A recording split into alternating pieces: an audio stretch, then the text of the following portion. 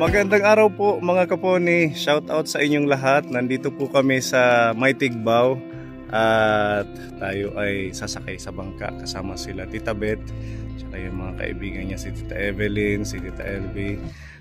Ngayong araw ay magre-relax po muna na tayo kasama ang team at para makapag pahinga, makapag-banding ang team at saka tayong lahat dito yung kasama natin at sila Tita Beth, maipasyal natin sa isla.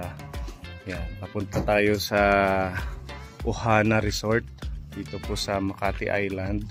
Isa po ito sa mga dinarayo ng mga bisita, ng mga gustong mamasyal dito sa Eastern Samar. Yan, dito na sila.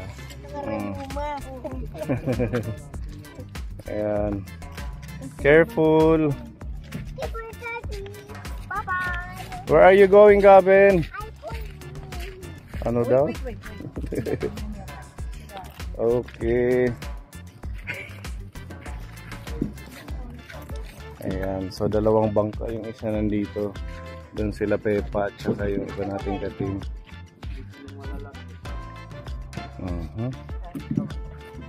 Tapos si ate. Sige, go Gavin, go. Sige, susunod ako. Walo daw dito, tapos yung walo doon sa kabila.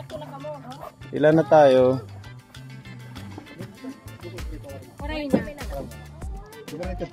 Doon na daw yung iba. Sakto lang siguro din eh. I-check ko. Naman ko check ko. Sa likod.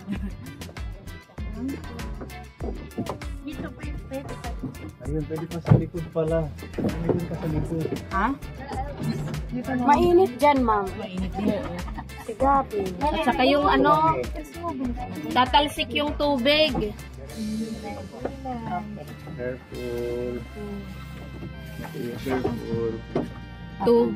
Diyan na kayo? Dito na. Nami. Dito may isa pa oh. Nami. Diyan ka mami, tabi ka kay tita. Para may namadang uliga. Sige. Sige. Diyan ka na lang, sir. Dito kami. Dami na lang dito. Ito sa nanay. Walagay sa bag. Talagang mamis mo. Dito ka, Madam Bulga. Kasi para mabalance. Kalala ka lang. Yan, di ba? Ay, ano sila? tamang-tama lang si Mami Lee dyan. Mag-i-enjoy po kami ngayon kasama sa Tita Beth. Hello, Kaponi. First time ako ano dito. Makasakay ng boat. Hindi sa Boracay, malaki. Malaki po. Malaki. Dito mga... Meron daw sana yung isa yung sa Ohana mismo kaso nandoon sa isla. Pero okay na to. Hindi naman maalon, tita. Oo, malinaw. Ayan.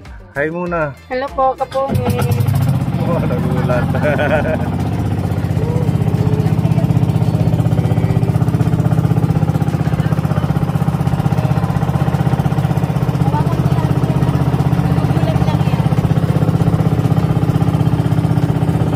Ayun na sila.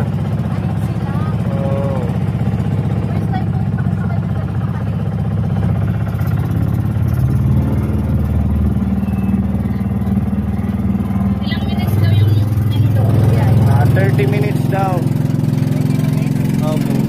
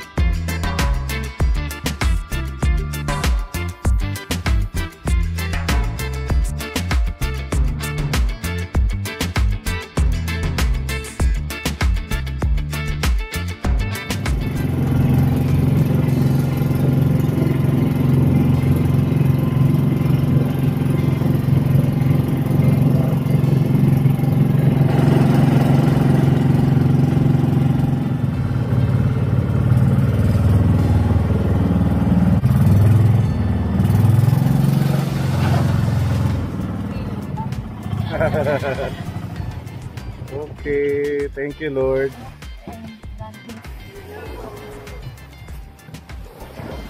Ay ko. Wow, sarap maligo.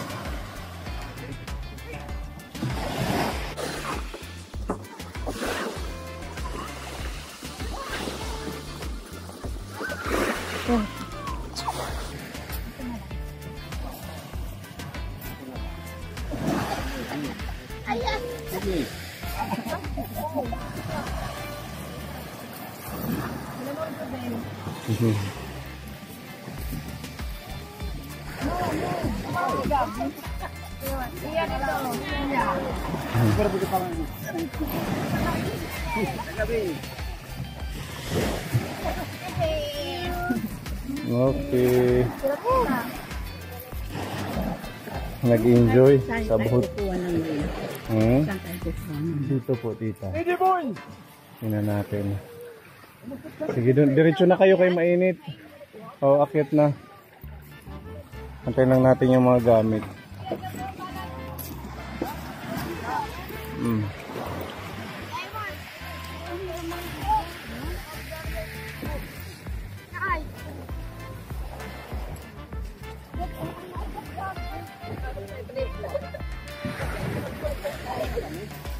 Careful, Tita LV.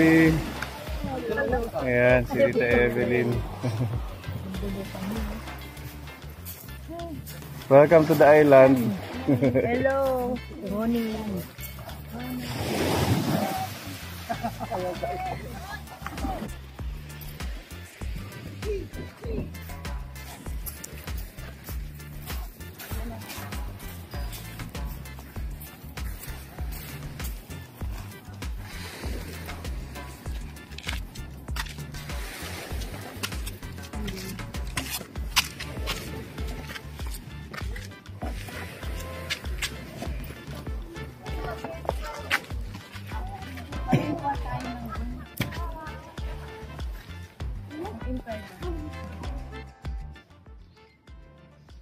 Ano po yun, sir? Ordinary. Ito kasi, Dela.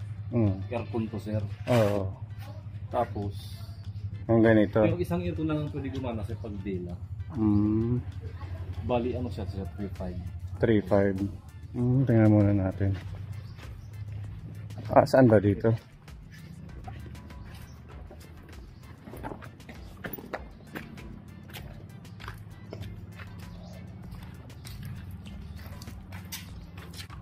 Magkano naman yung mga ganito, kuya?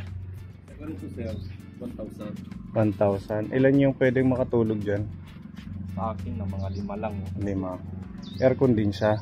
Pag aircon, sir, 1.5. 1.5. Ganito daw, tita, 1.5.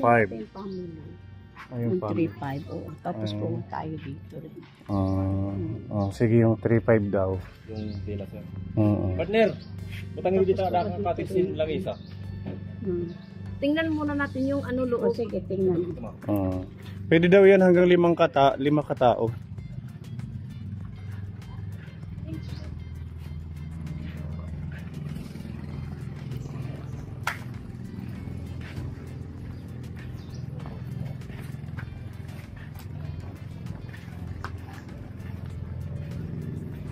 Pwede may harap extra gabi. Meron pa. Okay na kahit ito na lang. Oo. Hindi kunin namin bila, tapos yung mga lalaki dito, tapos yung, magkano raw ito? Meron pong 1.5 yung aircon. Eh di kuha tayo ng tatlo sa kayong bila. Ang dami naman tita. Hindi pang, Kahit dalawa lang. o dalawa sa kayong bila. Opo. Pwede na yung tita. Pang girls at saka pang boys. Yung iba nga dyan, ano lang May doon eh. dalawang time 10. Magte-tent lang. May dala po kami Yun na lang yung bila sa kadalawa doon. Bali yung kukunin niyo po, sir. 2 apron tapos isang Dela. Opo, oo. Sige. Bali yung tablets po natin, yun na lang po, yung malaki. Yung malaki. Opo, yung malaking tablets na pinibigay namin. Sige. Bali, pre na po yan. Yung cottage wala nang bayad. Wala na. Libre Kasi na. yung isang bila, yung cottage kasi, pre sa bila yan. Ayun naman pala. Tapos kung ano, sir, kung mayroon po kayong lulutuin, doon po yung pagluto natin. Tapos yung pag-ihaw po dito. Halimbawa kung mag-ihaw kayo ng isda. Oo, meron kaming ihawin. Tapos may CR din tayo doon. Tapos may CR din sa kabila. Wala ba kayong mga paninda dito? Ayun yung mga wala. Buti nagdala tayo. Sabi ko sa'yo. Kaya namin sabi mo yung aircon. Oh, yung ice. Malabo. Ay, bigas meron. Kasi mainit. Yung aircon daw. Opo, sir. Na ganito na a house, ano ba yan? A cottage. Dito, sir, ano to? May aircon? Bali, Yung ang 1.5. aircon, dila at saka ito, dalawa yung kaya ng generator namin aircon. Oh, yun na lang yung dalawa. Oo. Sige, yun na lang po. Generator sila. Bumili kayo Generator. ng isda kasi may kasama ko dun nasa sulat pa, katawid May dito. dala na kami. Mayroon na kaming dala. Yung bigas na lang yung Bigas na yung lang. kanin na makukos Mga ilang namin kilo at ngayon ang mga bigas hanggang na? bukas. Mga ilang kilo. Mga 5. 5. 5 kilo. Tawagan ko yung kasama ko dun.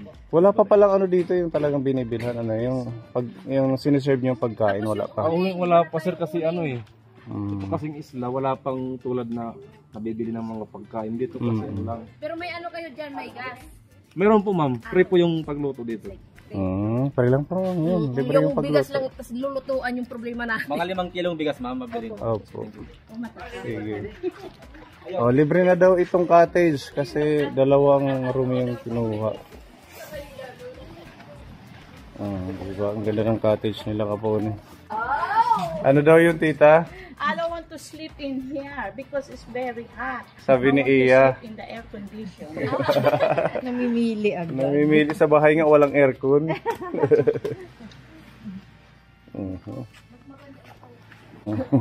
Mga ibang guest. Antique house, ano? Opo, tita. Pwede tayo mag-banana boat. Tsaka yung bangka na transparent, mami. Sa Boracay, ito. Oh. Kaya. Oo.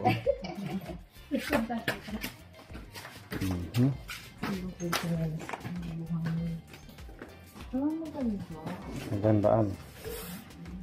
Talagang nagtanggal tayo ng... No, kahit nga dito lang, pwede na. malamig na. Pwede na matulog.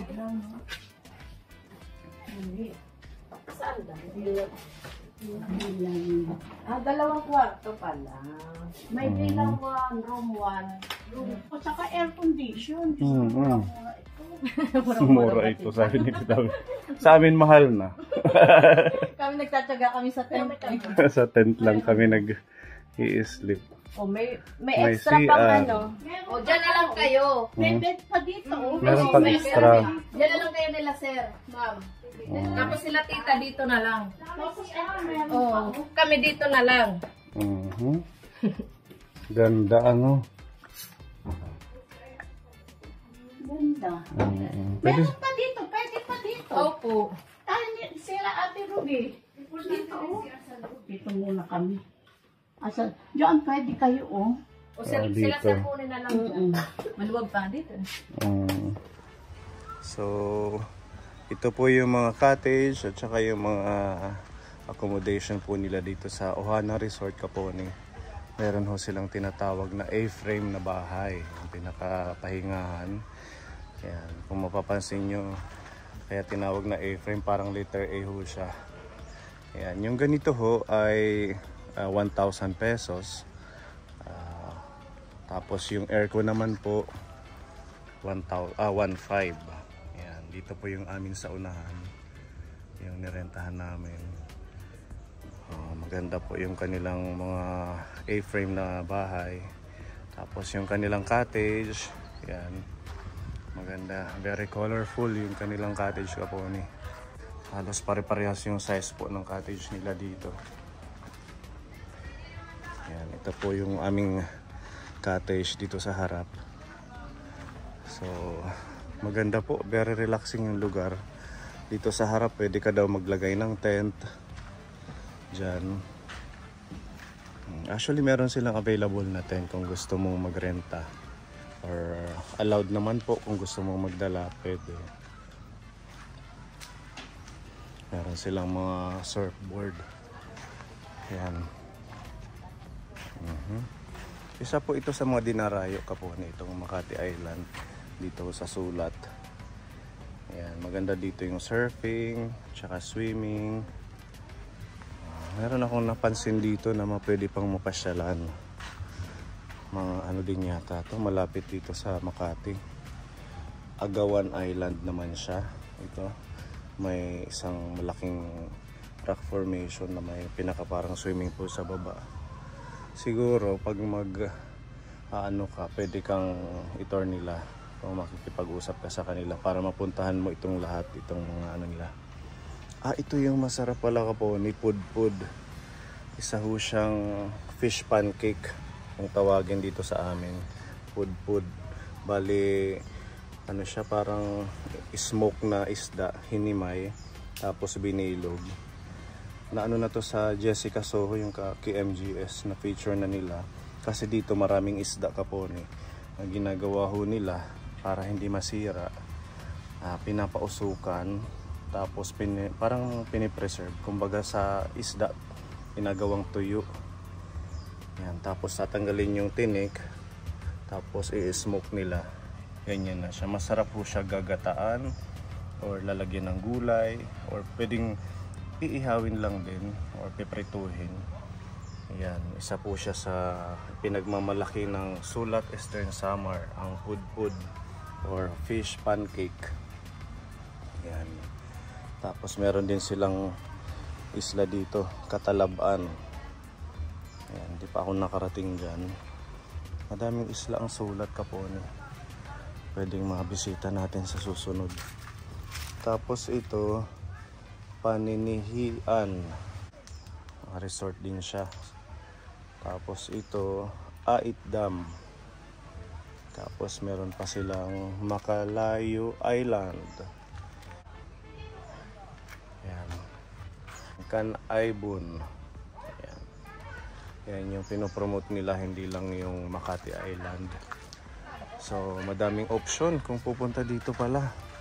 Siguro kung active ka, yung mahilig ka sa water sports or sa dagat, yun, may enjoy mo dito.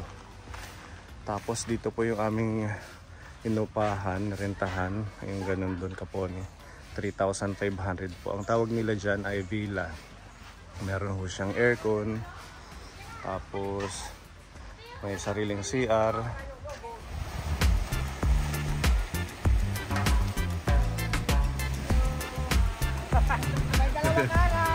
Nasa anong 2 araw?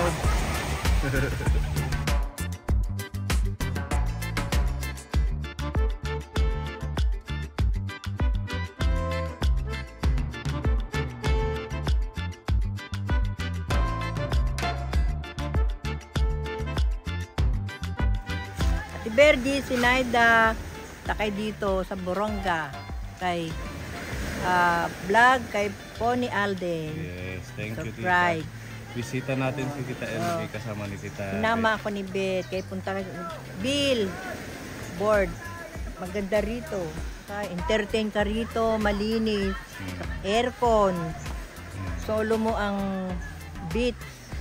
Napakaganda rito. Kamusta ka, manugang ko? Rolando, Manda, Crisostomo, punta kayo pagdating ng kapatid mo sa galing sa Dubai, pasyal kayo dito, mag-airplane kayo. Meron ditong airplane hanggang Buranga. Hanggang Borongan. Borongan, meron. Hindi na sila mahirapan. Hindi na kayo na mahirapan.